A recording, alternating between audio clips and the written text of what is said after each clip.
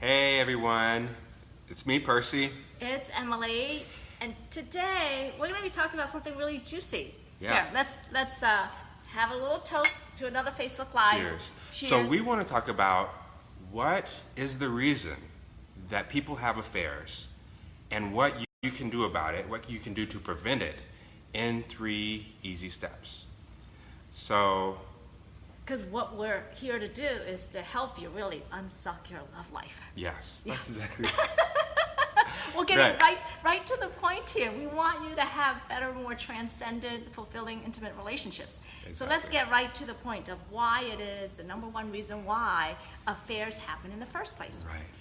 And that is because there are parts of us that get shut down and get hidden in the dark inner closet. And that's why people get a yearning for someone else that helps to activate these parts that have been shut down. Yeah, so I'll try to say that one more time. There are parts of you that aren't being expressed in a relationship that want to come out and see the light of day.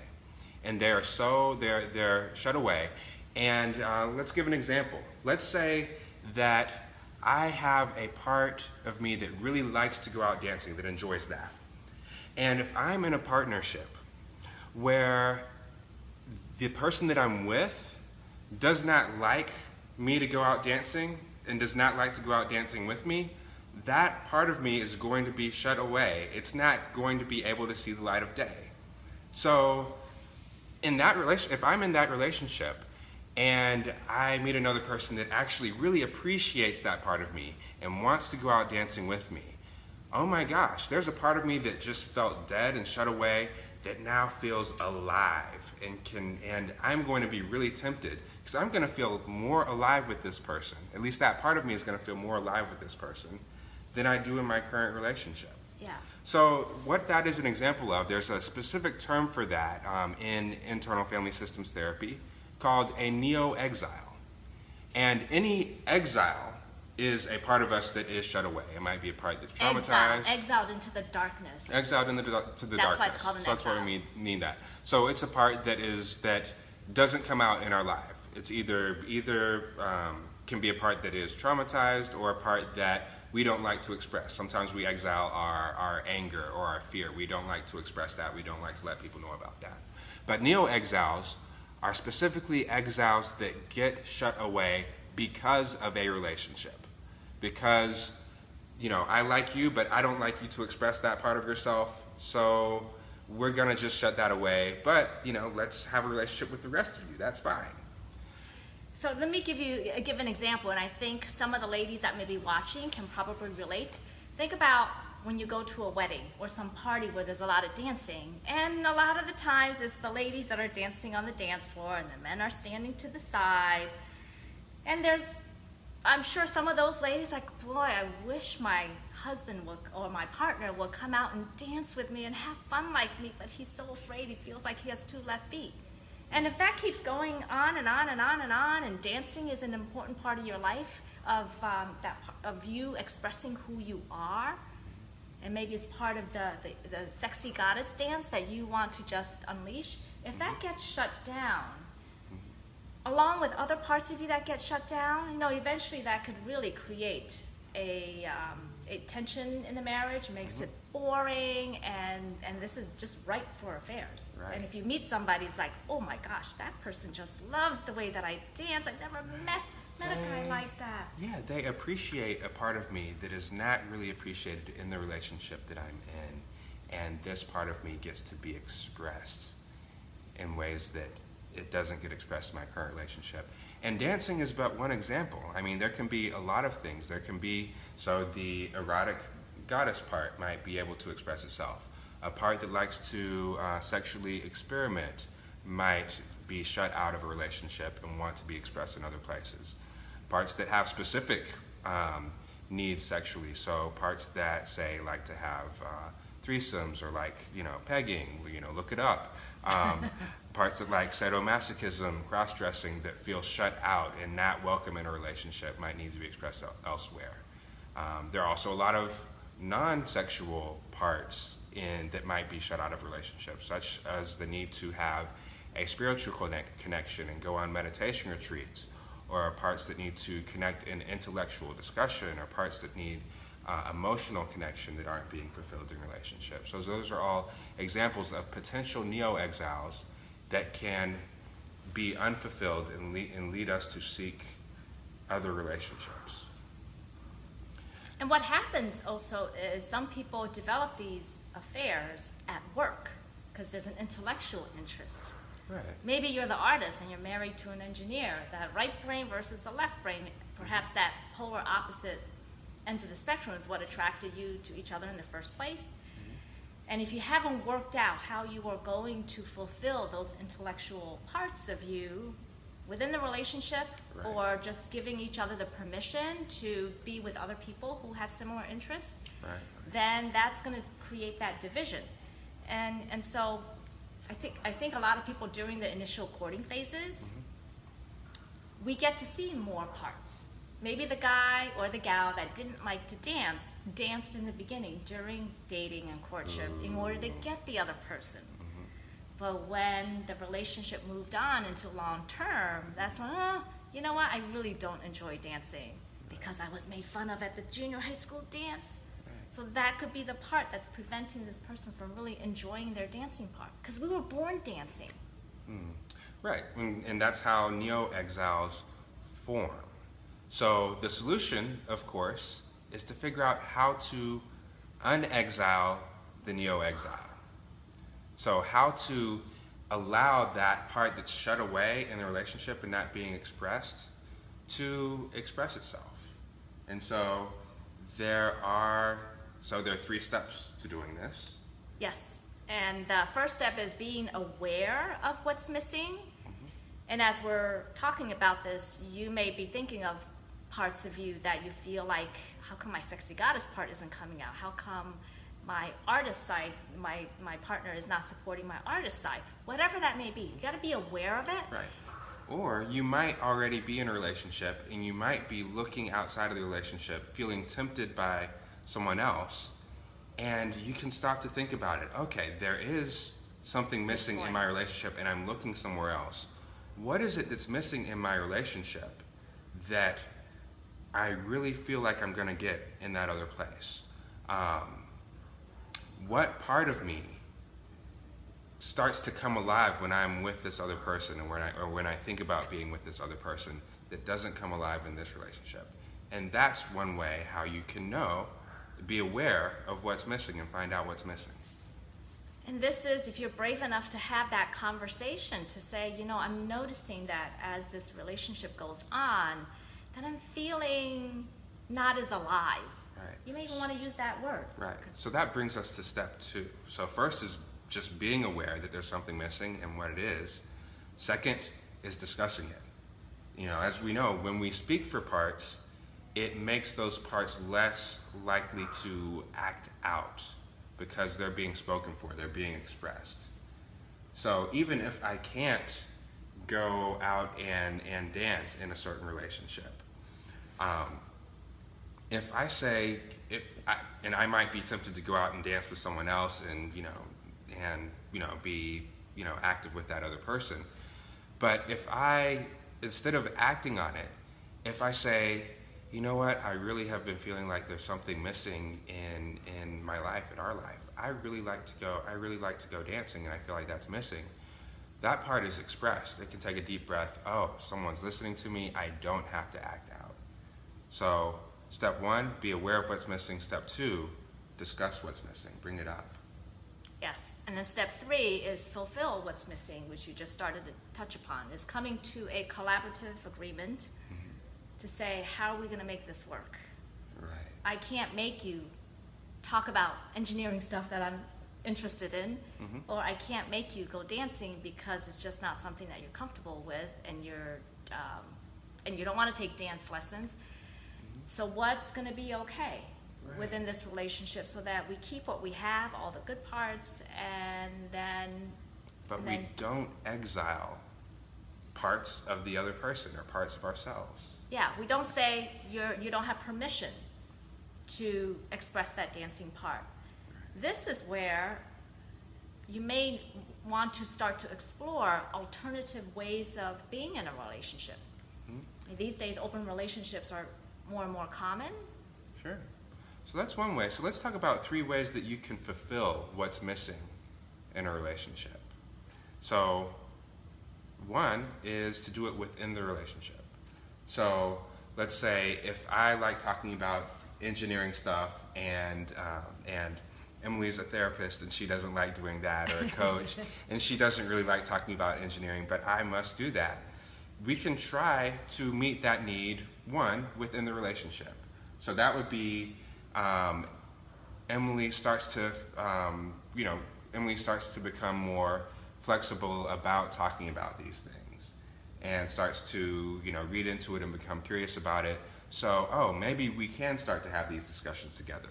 And that goes for any of the other examples of neo-exiles. There are exiles that have to do with dancing or non-sexual activities or sexual activity.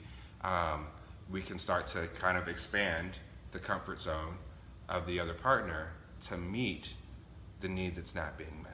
So that's one way, to do it within the relationship. And the second way is platonic friendships outside of the partnership. So that can be same sex, opposite sex, but recognize that that's what you're doing, and to make sure that you check in that this is not going to be the reason for you to cheat and have an affair. Right. And so, that's an extra level of trust to have there. But to say that, okay, I can't, if Emily is not interested in having engineering discussions, if she says, you know what, I don't think I'm the one to have these engineering discussions with it, but I'm fine with you having those discussions with your coworker Tina. However, I want to make sure that there's nothing else going on there. Yeah. Would that be okay? And there would have to be a level of trust there. Or have those discussions with your other friends that you don't feel any sexual compatibility with, so there's no temptation. Like, that would be another way. So to meet that need in platonic relationships, in other words, like go dancing with your friends. That's fine. Go dancing with your friends and come home with me after you're all worked up and hot and bothered from going dancing and feel sexy. Come home to me. I just don't want to go dancing with you. So that would be one way to do it, to meet it outside of the relationship. But then the question is, especially around dancing, is if you're a heterosexual female, okay, and you don't want to keep dancing with another female, you want to dance with a male. And let's say you go to a club with your girlfriends and you're dancing with guys. I guess you would have to share with your partner that, I dance with some guys and some gals. And, right. Well, you want to make sure that it's, sorry to interrupt, you want to make sure that it's okay with the partner that you do that. So you want to say, listen, since I can't meet this need within my relationship, since I can't dance with you, is it okay if I dance with other people? I'm not going to go home with them, and have that discussion. But either way, it sounds like there has to, or that partner can learn how to dance and start to become the dancing partner. Yeah. But either way, if you don't want affairs to happen or lying to happen or stuff like that, those parts do need to be fulfilled in or outside of the relationship. I just thought of something. Expression of the body. Maybe the guy doesn't want to dance, but what if he receives the way that she dances through her erotic and sexy goddess part? Right. She could. It's another form of expression, and perhaps he might be willing to go a little bit beyond the boundaries of what they've always been doing and try something new, and that could bring parts alive. Because in Esther Perel is a famous psychotherapist and TED Talk phenomenon.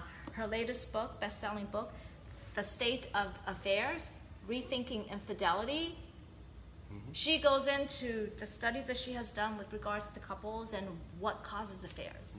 And the number one reason why is the other person made them feel alive. Right.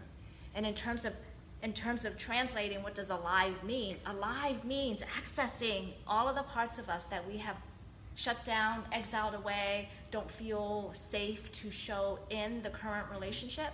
And so when another person comes along and all of a sudden they're really interested in those parts of us and they want us to be vulnerable and they want us to express all these other parts, that's why the temptation to be in an affair exists, especially the emotional affairs. Right. So, I mean, getting back into the, kind of finding, how to fulfill what's missing.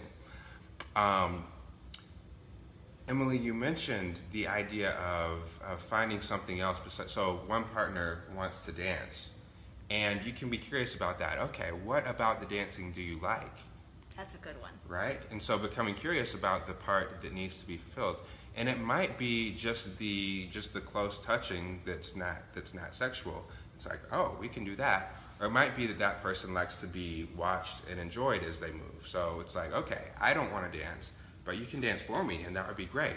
Or, and it might be the other way around. Maybe you can, right, so you can do a lap dance or have other aspects that are not quite going out dancing, but fulfill the need of that part. You have to be curious about what the need of that part is to decide, to find out what it is. So this boils down to really going outside of your comfort zone. Right. And hopefully you can find ways to meet the needs of what's missing, because there's always going to be, no one's a perfect match. You're not dating yourself. You're not marrying yourself. So they are going, no one's going to completely align, but you do want to find ways to be flexible and meet the needs of all the parts. So that gets to the third way of fulfilling what's missing, which requires an even greater amount of trust, which is to open the relationship. And that's not for everybody. No. There are a lot of people that are like, no, that will not work for me, and that's cool. I have also talked with clients about how to open their relationships and talk to partners and everything and like that. So I'm a very I'm a polyamorous, polyamory friendly therapist in that sense. Although I don't believe it's for everybody.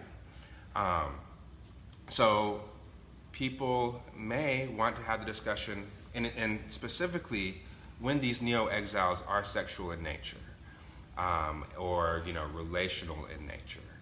So let's say a partner specifically has the need to do sadomasochism in a relationship. Let's say Emily really likes being dominated. If that's, so let's say that, for example. I haven't explored that route yet. Right. Just for full disclosure. But let's say that she likes being dominated, but I'm not into holding people down and smacking them and choking them and all that kind of stuff. Is that what they do? Maybe. So in any case, let's say I'm not into that, but I know that she's unfulfilled sexually because I don't do that. Yet I value the relationship. And I might say, well, you know what? I don't feel like doing that, but if you want to have other partners to do that, if that makes you happy, then that's what I want for you, because I want all of your parts to feel fulfilled. And we can have other types of sexual encounters together. So that's an example. And in that sense, there is a primary relationship where most of the needs are met, but there are secondary needs that aren't going to be met in this relationship that are met in secondary relationships. And in that sense, that way of having open relationships is the purpose of the secondary relationships is to help fulfill the needs of the primary relationship. So those secondary relationships are actually in service of the primary relationships. And that is how a lot of workable open relationships happen. But there has to be specific communication about it in order for that to... It's not going to be easy. You're going to have someone like a couples therapist or somebody help you navigate the parts of you that are going to come up, the voices, the fears, the insecurities. Right. Or one of the partners has to be really experienced with that to kind of show the ropes, or they might have a friend to help them navigate that. Yeah. But yeah, that's right. Something that I do with couples pretty often. So you know what? There's another thing I wanted to bring in. The other thing to consider. If you've been in many relationships and you know that as you grew in and out of those relationships, you now know more of your non-negotiables. This is really about listing in order what are your negotiables and non-negotiables. Meaning, is dancing important to you? I know for me, it's certainly very important. So I would love to have a partner that is just as excited about dancing as I am, because otherwise I feel shut down. It's just, so for years this part of me has been shut down, and now that I'm in midlife and beyond, as we travel to midlife and beyond, we are yearning to come home to our true selves. I hope you go out dancing a lot. Yes, I hope so too. Yeah. Awesome. I don't know. I have this dream of doing ballroom dancing or something. Cool. Once the time opens up, I am sure I will make time for that and make that a priority, because it's a part of who I am. It's how I want to express. And if somebody comes along that says, I don't do dancing, and I say, well, you know what? This is not going to work. Yeah. I don't want to be shut down. Right. And in my case, it would be, well, as long as you don't have to go dancing, but as long as you're okay with me doing it, fine. But people have some people need to have that from their partner, and that would be something on their non-negotiable. And dancing is something that you do a lot of. It's something that I do a lot of. I don't necessarily need my partner to do it. Okay. That's good. So, it would be great to, it'd be great if my partner at least allowed me to dance for them, or, that sort of thing, because I like the activity of dancing.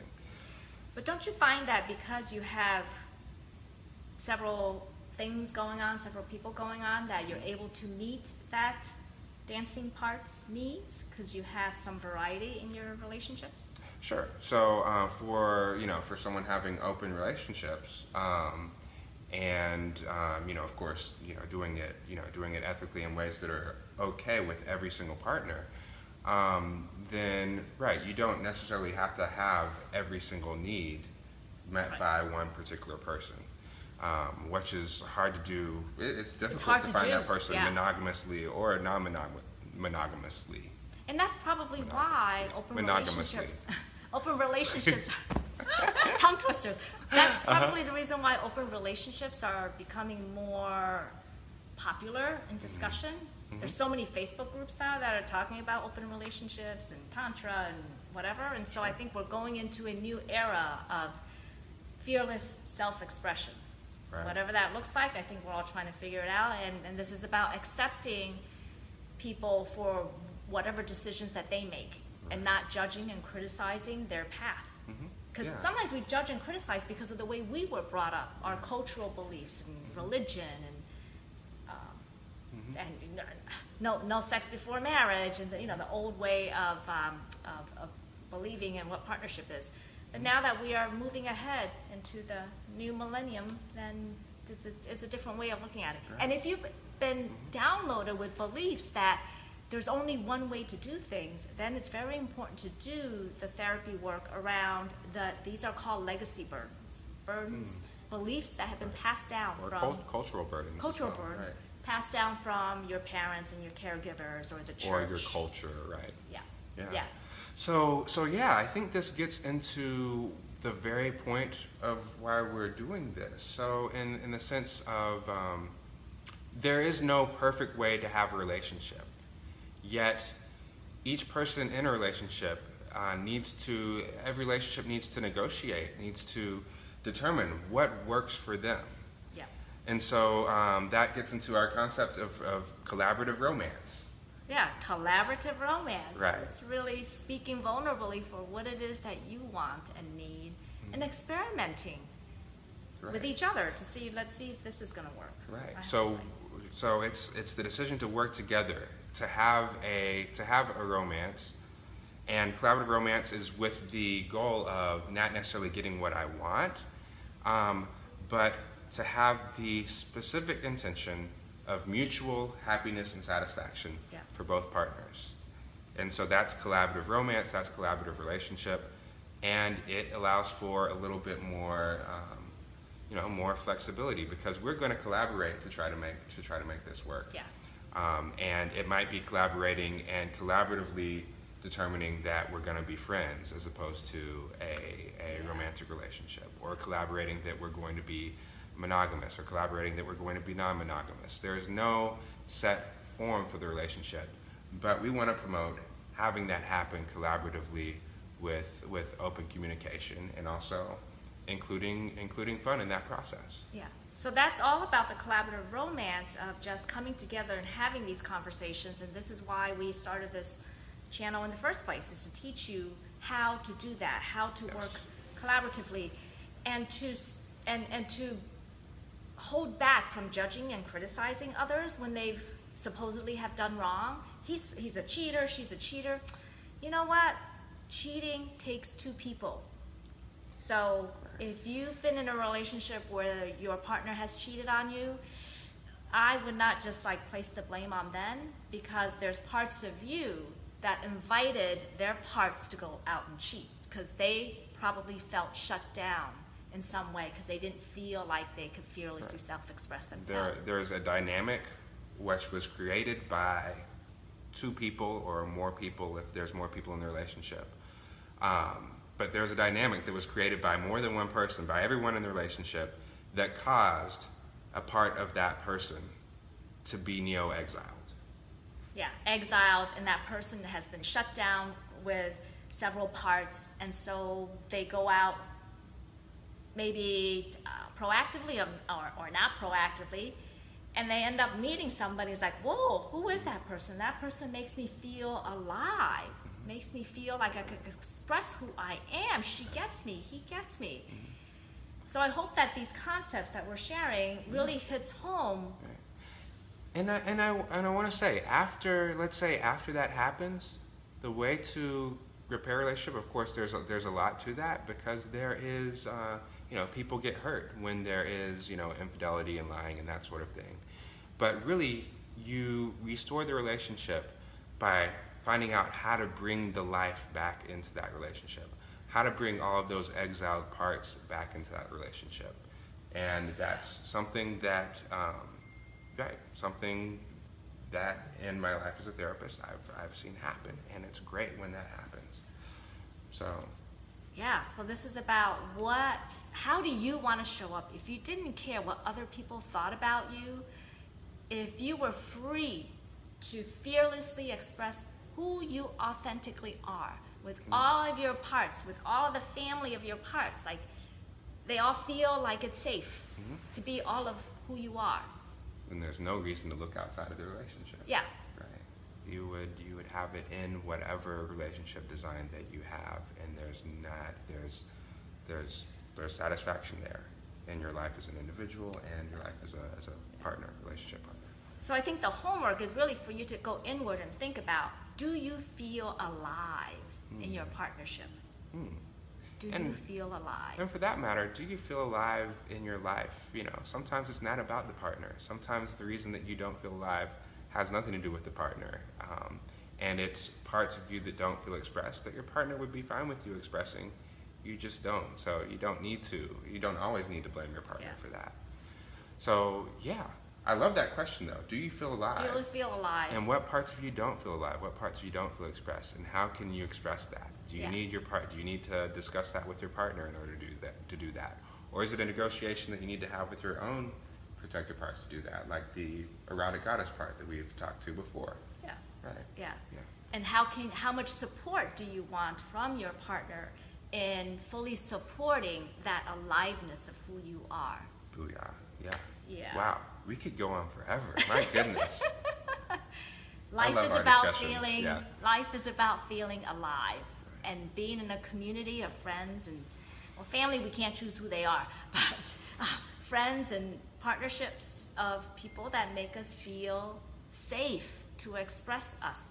And if they start to judge and blame and criticize, then you know what? That person or that group of friends is just not for you, and you have to start to go outside of your comfort zone and start to find groups that are more in alignment with who you are, finding your kindred spirits. Right.